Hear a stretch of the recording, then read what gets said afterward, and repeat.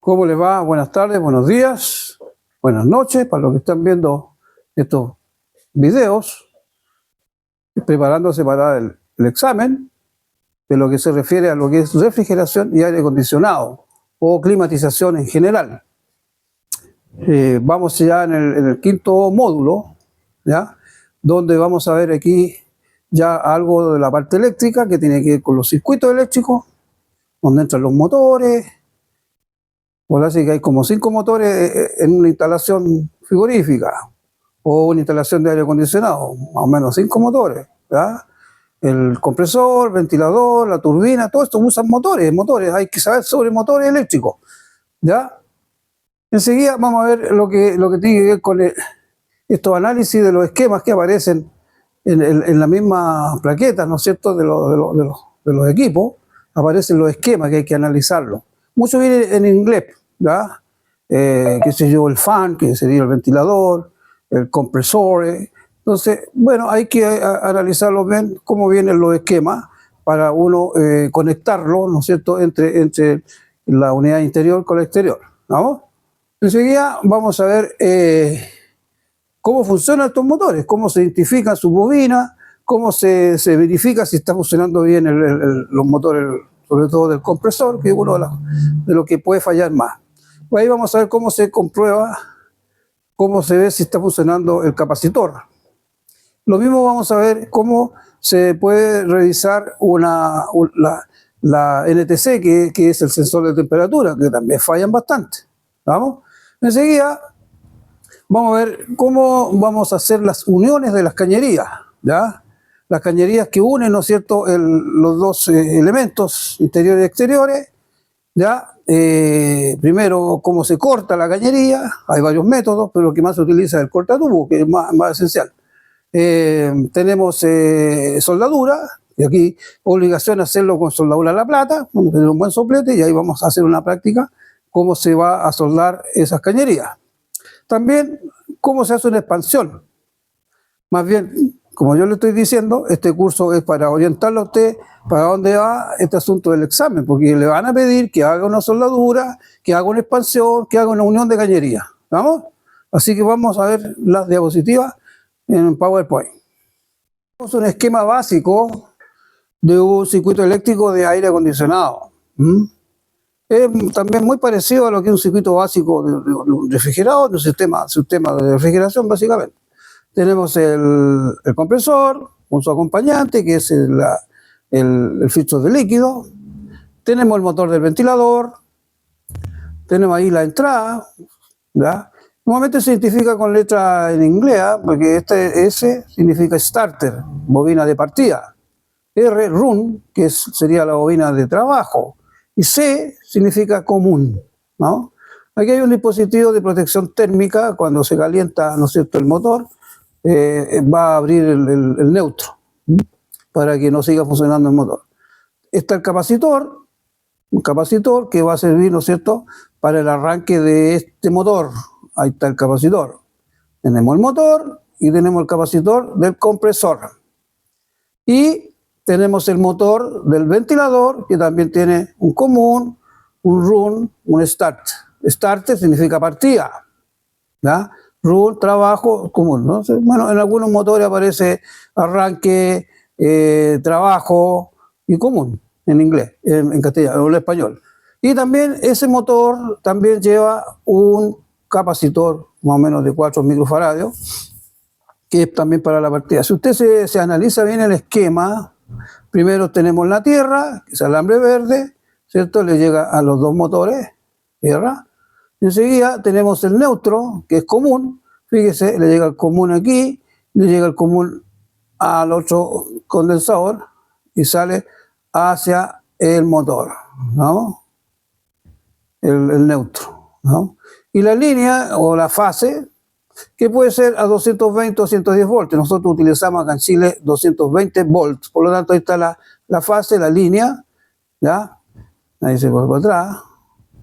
Entonces tenemos, cuando uno conecta entre la unidad exterior y la unidad interior, se va a encontrar con un numerito y algunos colores de conductores. Entonces ahí tenemos el esquema básico de un aire acondicionado en la parte del condensador. Bien, tenemos acá un esquema de un motor simple de un refrigerador, donde aparecen la bobina de arranque, la bobina de trabajo, la bobina, el relé, que es el sistema de partida de estos motores de refrigeradores, ¿no? Siempre para que parte un motor necesitamos dos bobinas, una de partida y una de trabajo, o una de arranque y una de trabajo. Como aparecía en el esquema anterior, arranque es como la letra S, que significa starter, de partir. Aparecía la R, que es el run, de trabajo, y C, que es común. Si ustedes se dan cuenta, la fase entra al relé en serie con la bobina de trabajo, y como está abierto, no va a funcionar el motor. No va a funcionar hasta que la bobina de trabajo sube la corriente y absorbe una corriente, el relé cierra ese contacto y le da la corriente a la bobina de partida o de arranque para que parte el motor. Una vez que parte, ya eso se tranquiliza, se estabiliza la corriente y el relé vuelve a su posición de abierto y queda solamente la bobina de trabajo funcionando. Es el sistema básico de un motor monofásico a 220 volts de un motor compresor de un refrigerador. Vamos a ver más adelante otros sistemas, porque nosotros necesitamos que en un motor monofásico hayan dos bobinas, una de partida y una de trabajo, en que las dos tienen distintas resistencias óhmicas. Y una de las formas de ver cómo comprobamos cuál es la bobina de partida y cuál es la bobina de trabajo. ¿Vamos? Entonces, esa diferencia de resistencia entre ellas se llama desfase de corriente, que es la condición básica para que parta un motor monofásico. Tiene que producirse un desfase de corrientes, y eso se consigue solamente porque las bobinas entre ellas son diferentes resistencia óhmica. ¿Vamos? La bobina de trabajo es menor su resistencia que la bobina de partida, por lo tanto ahí tienen ustedes un indicador. ¿Cómo yo puedo identificar cuál es la bobina de partida y bobina de trabajo si es que no están las letras? ¿Vamos? Ahora, vamos a ver más adelante entonces, de forma práctica, de que tenemos varios sistemas para echar a andar los motores monofásicos, sobre todo en aire acondicionado.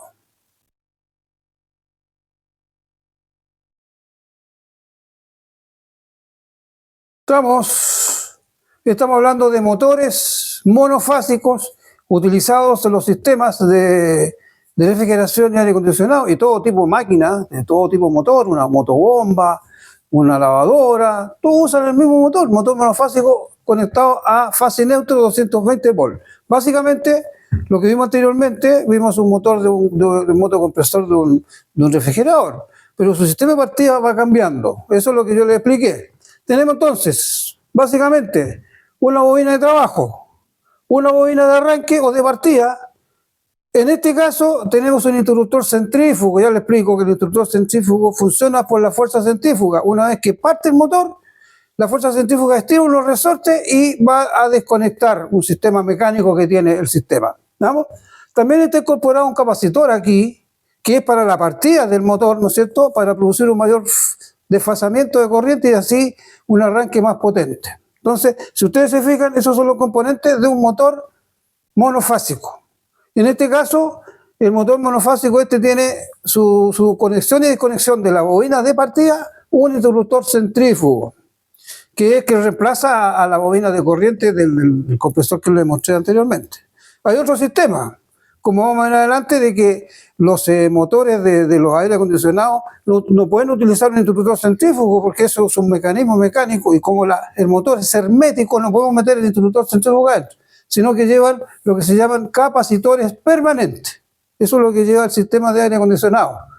Son capacitores que se cargan eléctricamente y después se van a descargar y no va a pasar corriente. Esos son los... Hay otros sistemas también, como los termistores, como un pulsador. Bueno, hay varios sistemas. La cosa es desconectar la bobina de partida una vez que parte el motor.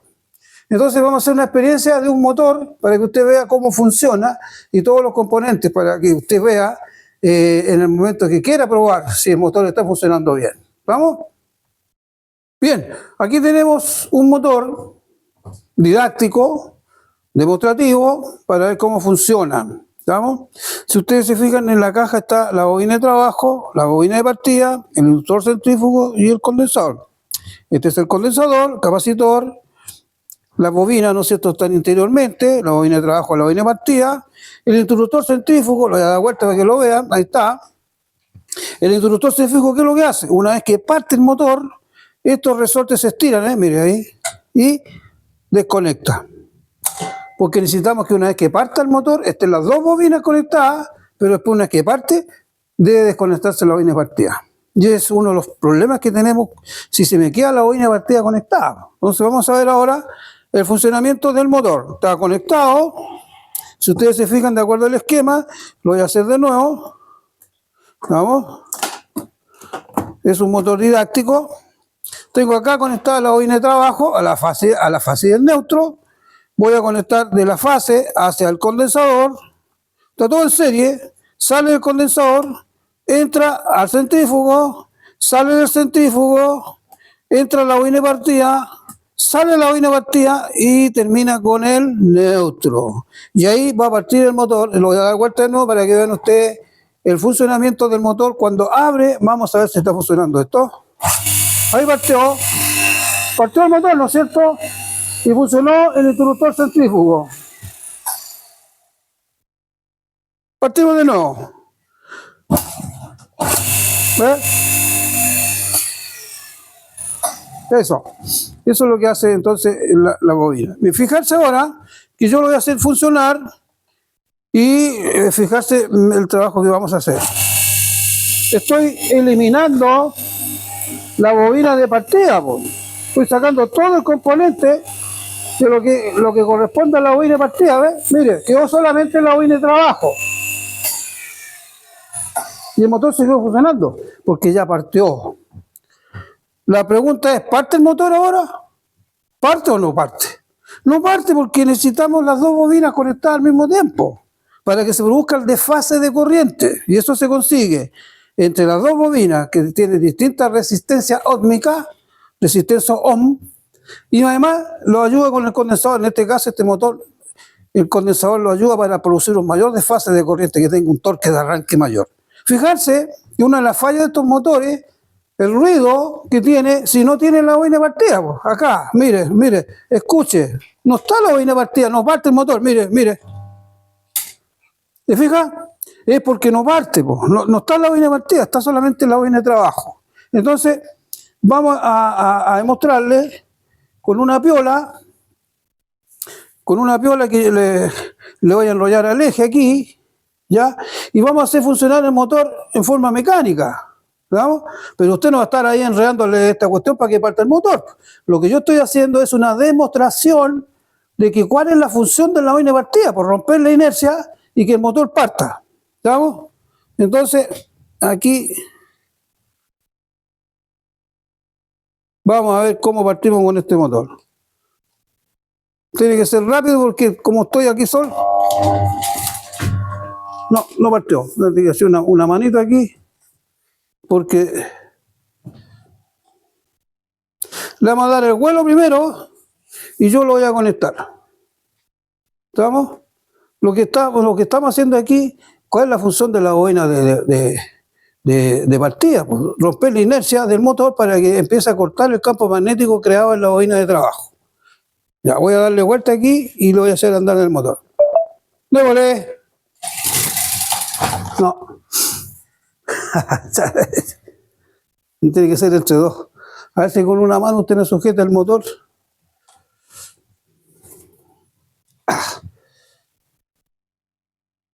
Y voy a tirar aquí, entonces.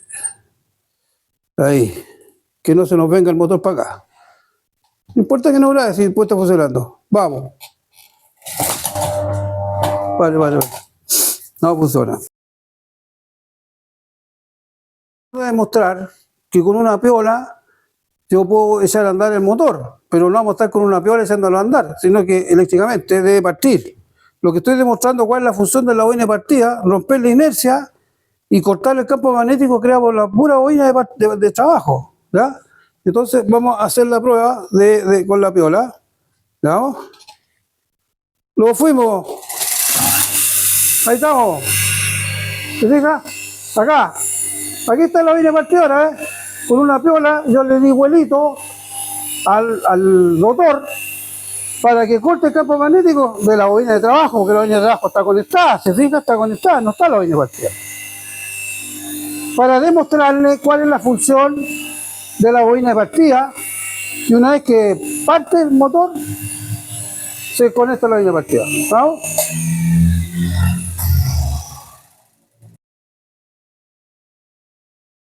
Condensado y voy a ver si está cargado. ¿Ves? Está cargado. Una forma de ver si los condensadores están funcionando, pero eso no es bueno. El capacitor, hacerle corte, no es bueno. Pero como estamos trabajando en el motor, yo lo desconecto porque el capacitor se me va a descargar otra vez. Voy a conectar de nuevo entonces el motor, ya, eso, va al condensador, sale del condensador, está centrífugo, del centrífugo sale hacia la bobina de partida y de la bobina de partida llega al condensador. Se supone que todo esto está en el motor, en la placa de Borne, pero esto es un trabajo práctico para demostrarles de cómo es el funcionamiento del motor. Fijarse, ahora está todo conectado y parte el motor, pero ya no necesito la piola, pero eso está en la bobina de partida. Partió el motor. Una de las fallas que usted puede encontrar es que no me funcione el mecanismo de desconexión y conexión de la bobina de partida. ¿Estamos? Entonces usted también va a poder comprobar como el motor hermético de los compresores, el motor compresores de los equipos de aire acondicionado, no lo vemos. Entonces, para eso está el amperímetro de tenaza. Entonces yo voy a colocar acá el amperímetro de tenaza y vamos a medir la corriente de partida del motor. Ahí, ¿ya? Y usted va a fijarse cuánto es la corriente, sobre todo estos motores monofásicos que su corriente sube mucho en la partida. Mire, fijarse. ¿A cuánto llegó? A 11.5 y ahora tiene la corriente nominal. ¿Te fijas? Una de las formas de ver que nuestro sistema de desconexión o conexión de la bobina de partida está funcionando bien es midiendo las corrientes. La corriente de partida, que más o menos subió a 11 amperes y bajó a 1,5. Eso significa que partió y funcionó la bobina de partida. Fijarse ahora lo que voy a hacer. Voy a desconectar el centrífugo de este mecanismo, ¿ya? Y lo voy a hacer funcionar, ¿ya? Y aquí estaría el centrífugo, o cualquier sistema de partida, de desconexión de la bobina de partida. ¿No? Aquí, ese es el contacto, ¿eh? En el caso de los compresores herméticos se utiliza el condensador permanente, un capacitor permanente, que se carga y después se desconecta. Fijarse.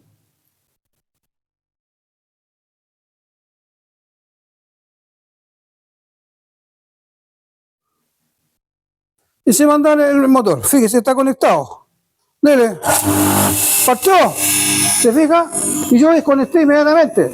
Ahora, estaba normal, pero si se quedó pegado el centrífugo, se quedó pegado el condensador, se quedó pegado el sistema, fíjese lo que sucede con la corriente. Mírame la corriente, mire, lo voy a provocar.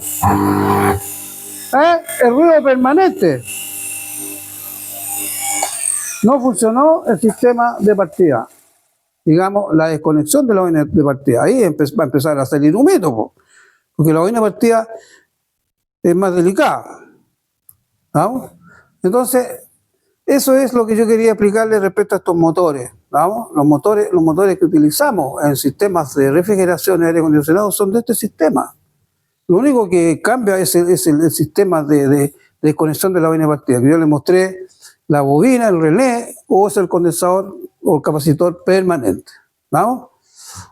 Bueno, en este caso no nos interesa a nosotros la inversión de marcha, porque yo le puedo explicar cómo se invierte la marcha, pero el sentido de giro no importa porque los compresores van y vienen. Es un motor a pistón, o sea, mecánicamente, en el caso del compresor de un refrigerador, o el sistema scroll, que son los que utilizan más bien en los circuitos de aire acondicionado. ¿no? Se lo voy a mostrar algunos motores que los tenemos acá para ver su funcionamiento mecánico y eléctrico y cómo nosotros identificamos las bobinas. Entonces, lo principal, que usted entienda de que para echar a andar un motocompresor, que es el corazón de nuestro equipo, es cuál es su forma de partida. Una de las fallas que se producen cuando nos parte un motor es porque el capacitor está pasado, está reventado, ¿vamos? O no funciona el mecanismo de conexión y desconexión, o está quemada una bobina, el motor, ¿vamos? Entonces les voy a mostrar los tipos de compresores que tenemos acá. Estamos ya y vamos a ver los motores. Bueno, tenemos ahora un motor de compresor de un refrigerador. Lo tengo en corte, ¿cierto? Es un motor de pistón, ¿cierto? Tiene aquí una bombita de que baña de aceite todo el sistema, ¿ya? Están las bobinas, ¿no es cierto?, del motor aquí, ¿ok? Y usted, como esto es hermético, se va a encontrar con estos tres bornes que hay aquí. Entonces, algunos vienen marcados, pero si yo necesito saber cuál es la bobina de trabajo, la bobina de partida, para colocar acá el relé o el térmico que utilizan estos motores. Entonces, si ustedes se fijan, tenemos el común, la bobina de trabajo, que es menor la resistencia, ¿ya? Y mayor la resistencia de arranque.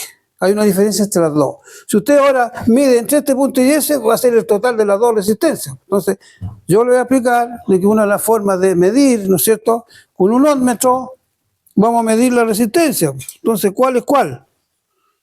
Aquí en esto tengo 45 ohms. Entre este punto y este tengo 18. Entre este punto y ese, ¿ya? Entre este punto y ese tengo 34. Entonces dígame usted, ¿cuál es el común y cuál es la bobina de trabajo en este motor? Póngase en campaña. Vamos al otro motor. Este sí que ya es más utilizado en nuestras unidades de aire acondicionado. Aquí está. También lo tengo abierto acá. Está el motor. Este es un sistema scroll. No es de pistón como el anterior, sino que scroll significa, son como dos resortes que están ahí jugando para hacer la compresión. Igual, pues también tiene un motor que se va a encontrar con estos pivotes y usted va a medir la bobina. Aquí está, ¿ves? Ahí lo tiene, este tiene, entre ese punto y este tengo 5,4, entre este punto y este tengo 1,4. Entre ese punto y ese tengo el total. ¿Me fija? Perdón, aquí. ¿Me fija? 1,5. Entonces usted va a ver cuál es la bobina, en este punto, cuál es la bobina de trabajo, cuál es la bobina de partida. Con estas indicaciones, bobina de trabajo, menor resistencia, bobina de partida, mayor resistencia. Si usted me lo pone entre este punto y ese, se suman las dos. Entonces ahí usted va a identificar cómo está funcionando el motor. Ahora, quería también aprovechar que tengo este motocompresor, que yo siempre tiene una compañía, que es nuestro filtro de motor, además de ser un motor eléctrico, el compresor, ¿no es cierto?, en la parte de succión, para que no le llegue el líquido al motor, tiene un filtro de líquido. ¿Y cómo funciona esto? Tiene aquí un canastillo para filtrar y todo el líquido va cayendo allá abajo. Entonces cae y solamente succiona el motor, succiona solamente en la fase de vapor. No debe llegarme el líquido al compresor. Entonces para eso el compresor del equipo tiene acompañado aquí como mochila un filtro de líquido. Una botellita que ustedes siempre lo van a ver ahí, que acompaña para que el motor compresor no le llegue el líquido. ¿Vamos? Vamos, tenemos entonces dos tipos de motores. ¿Vamos? Cuando son mayor envergadura, por ejemplo un chiller, un fancoil, una motobomba de mayor potencia, ya tenemos que pasarlo de monofásico a trifásico, o sea, motores conectados a 380 voltios, que es nuestra red de trifásica, entre fase y fase, 380. Entonces, en los motores trifásicos no necesitamos la bobina de partida ni que tenga un desfase entre las bobinas. Aquí el desfase se crea porque ya la desfase viene de la red. Las tres fases vienen desfasadas a 120 grados, entonces el desfase requerido para que parta un motor trifásico ya viene de la red, no necesitamos. Entonces, por lo tanto, usted se va a encontrar con tres bobinas, ¿ya? Que pueden estar conectadas en conexión estrella o pueden estar conectadas en condición triángulo. Entonces, cuando están conectadas en estrella, ¿no es cierto?, se va a encontrar con tres pivotes, igual como el motor que vimos anteriormente, monofásico. Pero ahora las tres bobinas tienen la misma resistencia. Entonces, ojo con eso. Usted, una de las formas de ver si es trifásico o monofásico es que si las tres bobinas, los tres bornes son iguales, ese es un motor trifásico. ¿Vamos? Que ya está conectado en estrella, ya interiormente ya hicieron la estrella aquí. La estrella significa que están la X, Y y Z, las salidas de las bobinas están conectadas en un solo punto. Esa es conexión estrella. Ya cuando son motores de mayor potencia, pero ojo, no puede usted hacer funcionar un motor triángulo directamente, porque le está metiendo los 380 directamente, entonces la corriente es muy alta. Para eso existen los variadores de frecuencia, existen los actuadores de estrella triángulo para que la corriente de la partida no sea muy elevada. Entonces, ojo con los motores cuando usted se encuentre con motores de mayor potencia. O está en estrella o está en triángulo, pero siempre se va a encontrar con tres bornes que son de igual resistencia. ¿Vamos? Bueno, aquí hay un motor trifásico que pesa bastante, es trifásico, ¿no es cierto? Tiene ahí abiertas las tres bobinas, su rotor en cortocircuito, y tenemos por este otro lado lo que yo le decía, la bornera. ¿Ah? Igual entonces se encuentra usted con tres pivotes. No sé si las resistencias son iguales, es un motor trifásico. Además que tiene la placa, pues. La placa dice, ¿es H80 o no es H80? ¿Es trifásico o no es trifásico? Ahí dice, ¿ya? Y dice, compresor scroll, trifásico. ¿Te fijas? A 380 voltios. Eso es muy importante saber de los motores. Esto no necesita condensador de partida, no necesita centrífugo, nada. ¿Por qué? Porque el desfase ya viene de la red. Ese es lo más fácil que son los motores trifásicos. Y se utilizan en todo tipo de plantas ya de mayor potencia, ¿no? Bueno, como componente que acompaña también a los motores son los capacitores. Yo le digo capacitor en este caso para no confundirlo con el condensador en la parte de refrigeración. Capacitor, que es lo mismo condensador si usted lo escucha en otro término. Un símbolo, este es el capacitor, básicamente consiste en dos placas metálicas, ¿ya? Aisladas con un dieléctrico que puede ser papel, puede ser un óxido, puede ser vidrio, cualquier aislante. Ese es un capacitor que tiene la tendencia de acumular corriente. Si estamos nosotros acá, y lo vamos a encontrar con distintos capacitores, ¿ya? Y los capacitores, su unidad de medida son los microfaradios, MF. Cuando usted vea una letra muy media así chueca, significa microfaradios. Este es un condensador de 30 microfaradios que soporta hasta 440 voltios. ¿Ya? Normalmente los capacitores son al doble del voltaje que usted lo conecta. Aquí yo tengo un capacitor que usted lo debe conocer. Este es el capacitor para la partida del ventilador del condensador, ¿ya? Entonces usted lo tiene que comprobar si está funcionando bien. Ya lo voy a enseñar cómo medir, por último. Y acá tengo otro capacitor que es dual. Dual significa en su placa característica que este capacitor tiene 40 y 10 microfaradios. O sea, hay uno común. Incluso aquí dice que uno para el motor hermético y uno para el FAM. O sea, de aquí mismo yo alimento el capacitor del ventilador y alimento el condensador. Por eso que hay uno común que lo vamos a ver ahora. Entonces vamos a medir la capacidad del condensador. Veamos entonces este primero. Me está marcando 38 microfaradios. ¿A cuál corresponde? ¿Será para el FAN o será para para el médico, para el condensador, para el compresor. Fíjese, hay uno común, entonces ahora lo voy a colocar en el otro punto, y ese me está marcando 9,2 microfaradios. Dígame usted, pues, ¿cuál es para el ventilador y cuál es para el compresor? Este es un condensador dual, doble, ¿ya? En otro caso, tenemos otro condensador que viene aparte, ¿no es cierto? ¿Este de cuánto es? De 30. Este será para nuestro compresor. Veamos. Mire, me está marcando 27, 28 y dice 30. Bueno, está un poquito descargado. ¿Estamos? O sea, este es exclusivo, solamente permanente capacitor para el compresor del equipo.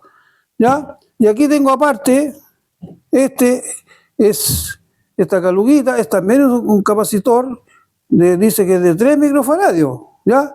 Bueno, lo vamos a conectar y vamos a medir su capacidad, si está cargado o no está cargado. Fijarse, está totalmente descargado, tiene 1,9 y dice 3 microfaradios. Entonces, si está descargado o está funcionando mal, nuestro ventilador no va a funcionar. Entonces, para que usted vea, una de las formas es tener el instrumento que mida, no importa, que mida los microfaradios. Ese instrumento lo tiene. Algunos instrumentos no lo tienen para medir la capacitancia o la capacidad de los condensadores. Algunos, como lo dicen delante, con el motor que se cargó y lo conecté en cortocircuito y tiene chispita. Eso significa que está bueno el condensador. Otra forma, que los condensadores como estos están a la intemperie, en la unidad exterior, se oxidan, se pasan. Entonces, una de las formas secretas es que si el condensador, por ejemplo, no se para aquí, no se para, ¿ya? No se detiene ahí, se cae, es porque se reventó. O sea, bien, como siempre, temperatura, los NTC, que significa... Ya, uno de los componentes dentro de los equipos son los temporizadores, perdón, los sensores de temperatura, ¿no?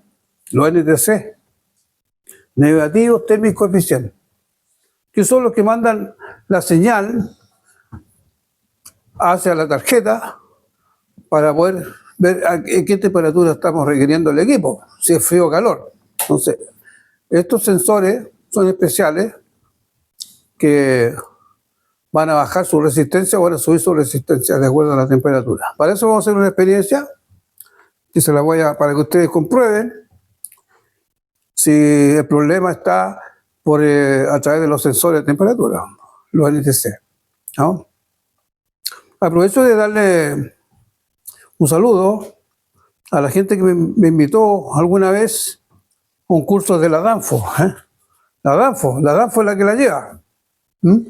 Por eso yo también le pedí de que se busquen una aplicación que hay en YouTube, que es muy buena, muy buena. La Danfo la lleva internacionalmente, para ver todas las características de los refrigerantes, de algunos sistemas de funcionamiento, mantenimiento y soluciones que pueden haber en los sistemas. Eso es muy bueno, que es la cooperación de esta marca internacional que es Danfoss. A mí me invitaron una vez. Y aprovecho también de decirle que soy el primer técnico que instaló una cámara frigorífica en la Antártica chilena. Sepan con qué estén hablando. ¿Vamos? Y así estamos aquí entregando los conocimientos para que ustedes se preparen justamente para ser certificados en el área de la refrigeración y aire acondicionado. Vamos adelante con este quinto módulo, que es el más modular, más importante para los que van a hacer mantenimiento. Ahora vamos a ver cómo usted comprueba si está funcionando su sensor de temperatura. Voy a hacer una pequeña experiencia para que lo vean, ¿no? Vamos allá. Bueno, seguramente usted ha visto esto en los serpentines. Este es un sensor de temperatura, NTC. Están ahí introducidos en las cañerías, tanto la temperatura como del condensador, como el evaporador o la temperatura ambiente. Es un sensor de temperatura. Mire, lo que vamos a hacer es que vamos a medir la temperatura. Tengo aquí agua fría. Ahí está el termómetro y el agua fría me está marcando en este momento 17 grados. ¿No? Vamos a ver con 17 grados cuánto es la resistencia que marca el sensor. Ahí está bajando hasta 16. ¿Ya? Porque la temperatura es una variable que varía mucho. Entonces ahora vamos a medir la resistencia de nuestro sensor de temperatura. ¿No? Entonces, estamos aquí y vamos a conectar entonces el sensor de temperatura. Un momentito. ¿No? Anote usted, tenemos 15 grados del agua y vamos a medir entonces ahora la resistencia del sensor de NTC. ¿Cuánta resistencia me está marcando? ¿Ya? Mire, vamos a prender. Me está marcando 14.57 ohms a una temperatura de 15 grados. ¿Se fija? O sea, 15 grados es el mínimo que entrega un aire acondicionado. Estamos hablando de 16 grados. Entonces, ¿qué voy a hacer? Está marcando 13.61 kilo ohm. ¿Vamos? Lo que vamos a hacer ahora, que lo voy a subir un poquito la temperatura con agua caliente. Aquí yo tengo agua caliente y voy a hacer agua caliente al agua fría. Ya. Fíjense que la temperatura del agua subió a 22 grados. Más o menos una temperatura normal de confort dentro de los equipos. Y tenemos, fíjense, en la resistencia 9,13. ¿Se va dando cuenta de qué se trata este asunto? Lo que va variando es la resistencia. Y esa es la señal que manda a la placa característica. ¿Ya?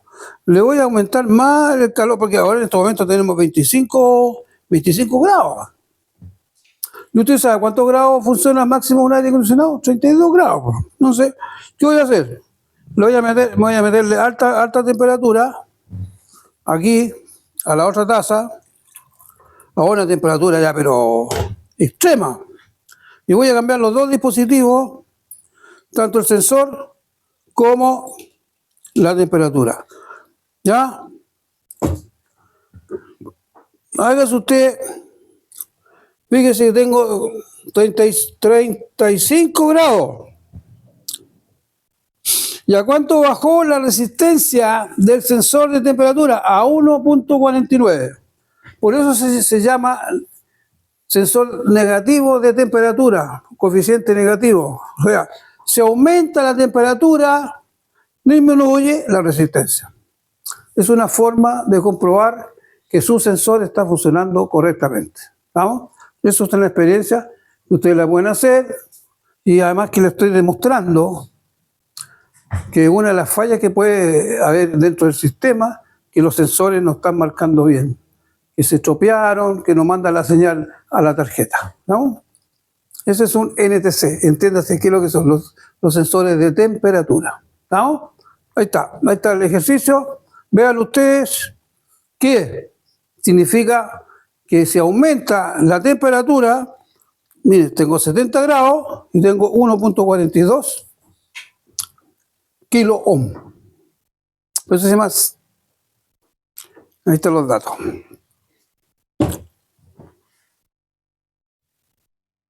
Estamos listos. Nos fuimos. Bueno, ahora ya vimos todo lo que es la parte eléctrica.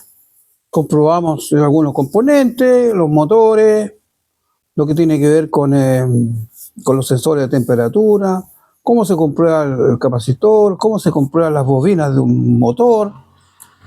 Bueno, estamos ahí. Ahora vamos a entrar a la parte de la gafitería prácticamente, que tiene que ver con las cañerías. ¿No? Entonces, las cañerías, como su nombre lo indica, Normalmente son todas de cobre. Cobre.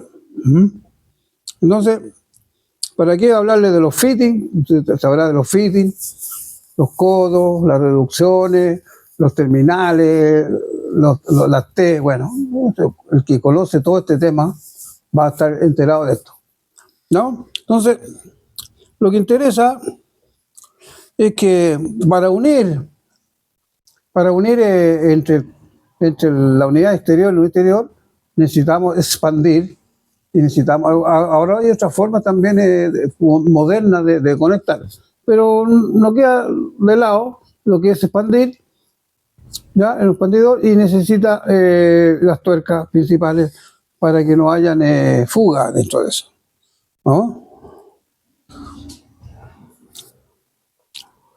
Necesitamos cortar la cañería. Bueno, si usted sabe, necesitamos un buen cortador de tubo, de cañería, ¿ya? Dándole la medida que corresponde, y ahí está, usted tiene en forma técnica cómo cortar. Eso más allá no lo vamos a estar explicando, pero sí necesitamos un buen cortador de cañería. Enseguida, necesitamos soldar.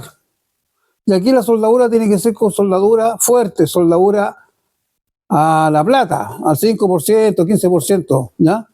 Pues necesitamos un buen soplete propano que me entregue una temperatura por lo menos arriba de 750 grados, que no es lo mismo que soldadura al estaño. Entonces aquí estamos hablando de soldadura fuerte, ¿ah? A la plata. Bueno, cortar, hay varias formas de cortar. El cortatubo es el principal, pero usted puede cortar con una, ¿cuánto se llama esta? Con una sierra, puede cortar también con el sistema de un esmeril angular, bueno, pero hay que tener cuidado con la estría y todo lo que se pueda producir. Lo más importante es tener un buen cortador de tubo.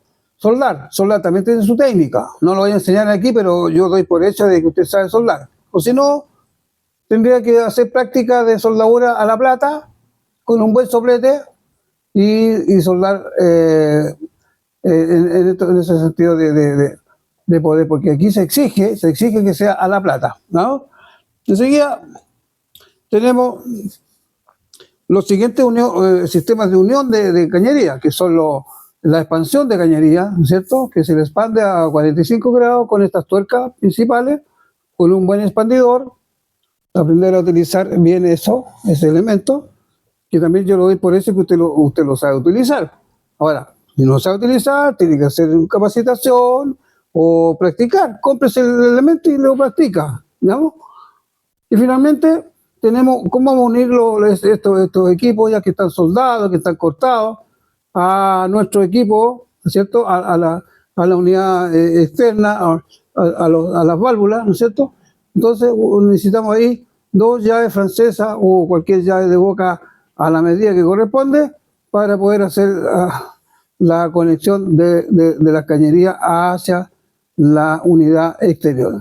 Entonces, unir la cañería al equipo. Ahí está mostrando, pero no hay mejor imagen que pueda demostrar lo que estamos haciendo en este curso, de que usted sepa conectar las cañerías, tanto de baja como de alta, diferentes dimensiones, como son las de 1/4 a 3/8, que son las cañerías que se utilizan en los equipos de aire acondicionado.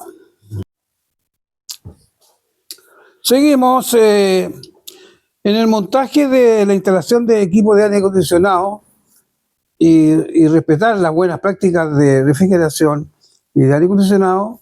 A veces se cometen muchos errores, y uno de los errores es el siguiente. Número 1, tenemos la unidad exterior y la unidad interior, el evaporador y el condensador. Dice, no identificar las tuberías de unión entre las unidades internas y externas. ¿Cómo identificarlas? ¿Ya? Para eso tienen medidas. Una es de 1/4 y la otra puede ser de 3/8.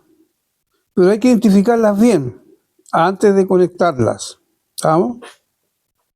Entonces uno de los errores que comete el técnico, y cuál es cuál. A veces confunden la alta y la baja, pero no es así.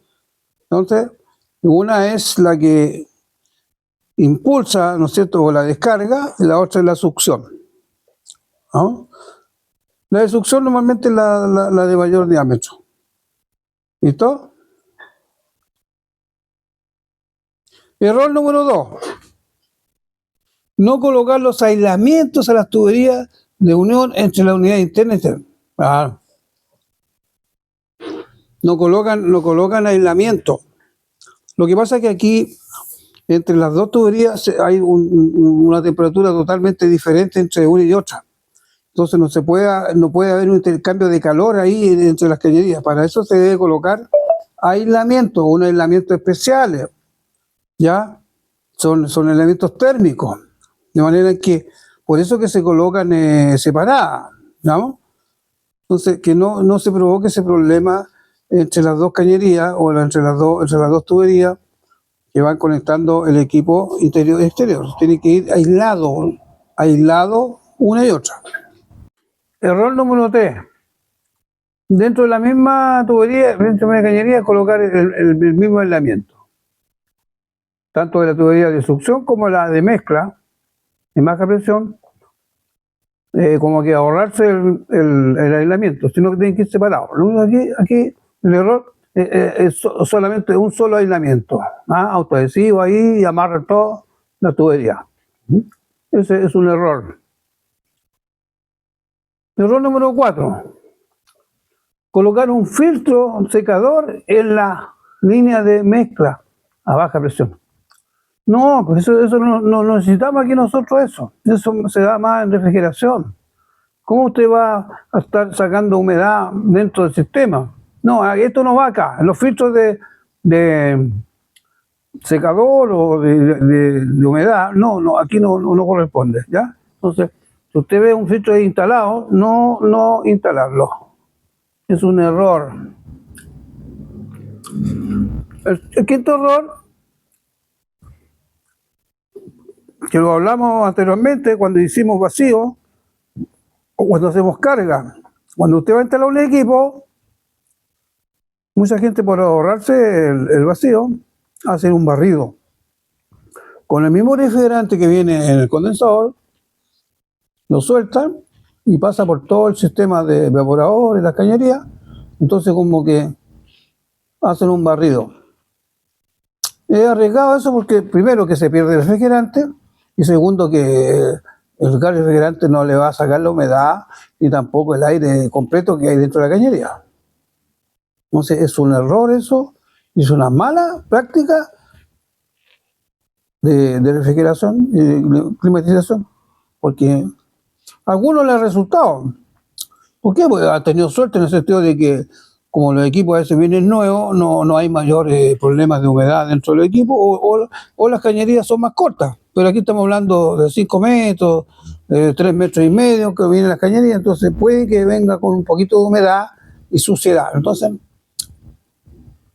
no conviene hacer el barrido. Tiene que ser con bomba de vacío. Sí, error número 6.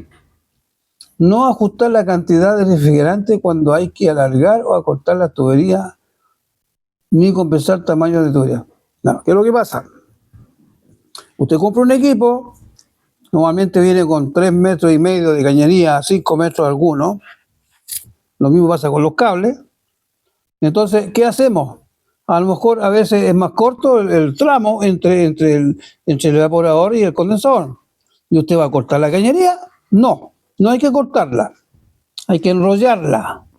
Y enrollarla, ojalá que quede enrollado en el lado, no en la parte trasera del condensador. Enrollarla, ¿ya? Porque el refrigerante que viene en el condensador de fábrica es completamente para unir los dos elementos. Entonces, si usted me corta la cañería, me achica la distancia entre uno y otro, le va a sobrar refrigerante. Lo mismo va a suceder si usted me alarga la cañería. Está bien, va a soldar todo, pero va a agregar más cañería. Eso significa que tiene que agregar más refrigerante. Eso puede ser porque a veces las distancias son mayores, pero más allá de 15 metros, 20 metros, no es bueno. Entonces, usted tiene que entrar a soldar y tiene que entrar a colocar más refrigerante. El fabricante a usted le dice por cada metro que usted agrega de cañería, tantos gramos más de refrigerante tiene que agregar. No se haga problema por eso, pero sí trate de evitarlo, ¿no? Trate de evitar esto del asunto de agregar más o menos refrigerante de acuerdo a la distancia que hay entre el evaporador y el condensador. Bueno, en el montaje de los equipos, uno de los errores se cometen en no colocar trampas de aceite cuando la distancia vertical entre la unidad interior y exterior supera los 4 o los 5 metros, de acuerdo a la recomendación del fabricante. Entonces, ¿qué tratamos de evitar? De que el aceite que sale del refrigerador, del condensador, o en este caso directamente del compresor, no se le vaya al compresor, al evaporador. Entonces, se deben colocar estas trampas de aceite, que son unos tipos de curvas así, para que no se vaya todo el aceite. Entonces, después de 5 metros o 4 metros para arriba debemos colocar trampas de aceite, para que no nos quedemos sin aceite con el compresor. Es una forma que son extremos, porque normalmente los equipos no van más allá de 5 metros. Pero a veces pasa eso, que son edificios de alta altura y resulta que la unidad exterior están en la azotea, entonces son varios metros. Entonces lo que recorre el refrigerante a través de esas cañerías, si son más de 5 metros, hay que colocar estas trampas de aceite, ¿no? Otro error que se comete cuando yo estoy colocando en la unidad exterior, sobre todo en la azotea o al exterior, porque por eso se llama al exterior, eso es lo mejor, se puede, bueno. Pero si yo me encuentro con una obstrucción de descarga dentro, frente a un muro, entonces el ventilador del condensador le va a costar hacer su trabajo, entonces va a chocar y va a trabajar más de la cuenta. Entonces eso es lo que significa para el condensador una sobrecarga. Entonces aislarse un poquito de un muro para que no choque la ventilación, ¿no? Error 9. Colocar las descargas de los ventiladores del condensador contra el flujo del aire externo. A veces es muy difícil para dónde tire el aire, pero comprobemos, porque si el ventilador está contra el viento, va a trabajar más, por eso hacemos una sobrecarga. Ojalá poder saber para dónde tira el aire para poder orientar bien nuestro condensador. ¿Vamos? Eso lo puede saber para dónde está tirando el aire. ¿Vamos? El otro error que cometen mucho es colocar la unidad interna del equipo a menos de 15 centímetros del cielo. ¿Ah? Entonces, normalmente los fabricantes te piden 20 centímetros. Estamos hablando de nivel del techo hacia abajo. ¿Por qué? Porque en una habitación necesitamos que la unidad interior absorba el aire del ambiente y después pase por el sistema de refrigeración o sistema de calefacción para entregar aire frío o aire caliente, pero tiene que absorber primero, y después viene la impulsión. ¿Ah? Como que pasa el aire, eso. Entonces necesitamos un espacio. Además que también sirve esa distancia para poder hacer el servicio de mantenimiento. Que hay que sacar los filtros, hay que sacar la máscara, entonces necesitamos el espacio mínimo 20 centímetros. Eso podemos quedar como normal. El otro error que se comete es colocar la unidad interna en la pared más ancha del recinto, ¿no? Entonces, si tú vas contra las ventanas, porque aquí hay un aspecto que tiene que ver con la capacidad térmica que pueda tener el equipo. ¿Mm? Uno puede determinar los BTU de un equipo, pero si hay muchas cargas térmicas, eh, sobre todo si hay pérdida, por ejemplo, ventanas que están mal cerradas, eh, soporte de elementos, por ejemplo, como son los computadores, por ejemplo, computadores que tienen una carga térmica más o menos, donde hay más personas, por ejemplo. Entonces, uno puede determinar las BTU de acuerdo a esas cargas térmicas. Hay todo un tema para poder determinar cuántas BTU yo necesito. Pero aquí estamos hablando de la posición que uno toma en los equipos. Entonces, colocarlo en la parte más ancha para poder que se disipe bien la ventilación o el aire que estamos entregando, sea frío o calor, ¿no? Entonces, fijarse bien en ese tema de la ubicación del equipo, ¿no? El error número 12 que podríamos identificar es realizar los deficientes anclajes de la unidad condensadora, tanto en las paredes como en la superficie. Y ese es un trabajo de mayor envergadura para los técnicos, ya que en una estamos trabajando en altura, estamos trabajando en la azotea, estamos trabajando en los techos. Entonces, ahí donde yo les digo que tienen que tomar las medidas de precaución, tener buenos arnés, buenos sistemas de altura para trabajar en altura. Por eso hay un tema que yo les pasé anteriormente que tenéis con la altura. Pero bueno, el anclaje de los equipos externos vienen en algunas escuadras, vienen con unos buenos soportes, porque si se nos voltea un equipo y porque quedó mal anclado, ¿ya? Porque aquí estamos hablando con equipos que quedan a la intemperie, puede ser en los techos o en la azotea, en los frontales de los equipos, entonces en los frontales de los edificios. Si uno anda por los edificios y están todos los equipos ahí funcionando en la fachada de los edificios. Entonces eso tiene que quedar firme, sujeto, y de los trabajos que tiene que hacer el técnico en este tipo es trabajar en altura. Entonces que quede bien el soporte, ¿ya? Con su buenos anclaje para que circule bien el agua de lluvia.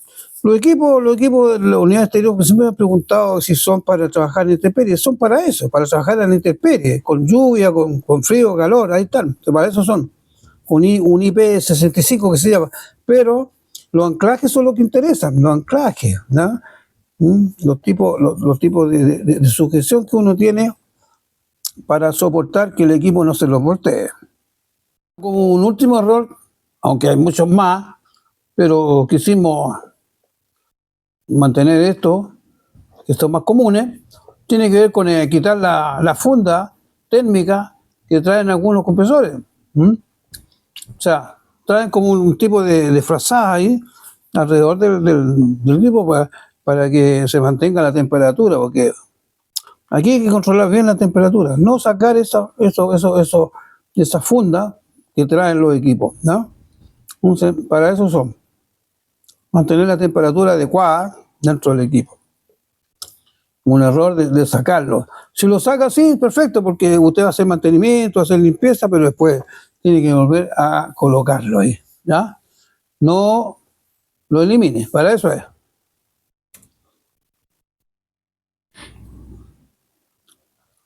Seguimos con un tema muy importante en este curso que tiene que ver con el trabajo en altura. A veces uno deja de lado que está trabajando a cierta altura en los edificios, ya sea por la fachada, ya sea por la azotea. Entonces hay que tomar ciertas precauciones. Por eso quise tocar este tema de manera que también tome conciencia de una caída de un techo, de usar, qué sé yo, su buena escalera, su buen arnés, la línea de vida que se llama. Entonces hay que tener cierta capacitación para trabajar en altura. Un técnico en aire acondicionado trabaja muchas veces en altura, entonces hay que tomar precauciones de tomar medidas para protegerse. Así que, más bien tomar conciencia de lo que yo le estoy conversando. Más bien uno ya no va más allá de repetir, de usar los elementos de protección personal, porque también hay otros elementos que ayudan a trabajar en altura. Te sube una escala, sube una escalera, te sube una ventana, una azotea, entonces hay muchas técnicas, y hay muchos que son temerarios y se atreven, entonces usar la tecnología. Por último, no, si yo no dispongo de eso, no hacer la pega, desgraciadamente, porque lo que es aire acondicionado, por eso que es caro, se cobra mucho más, porque el riesgo es mayor, ¿no?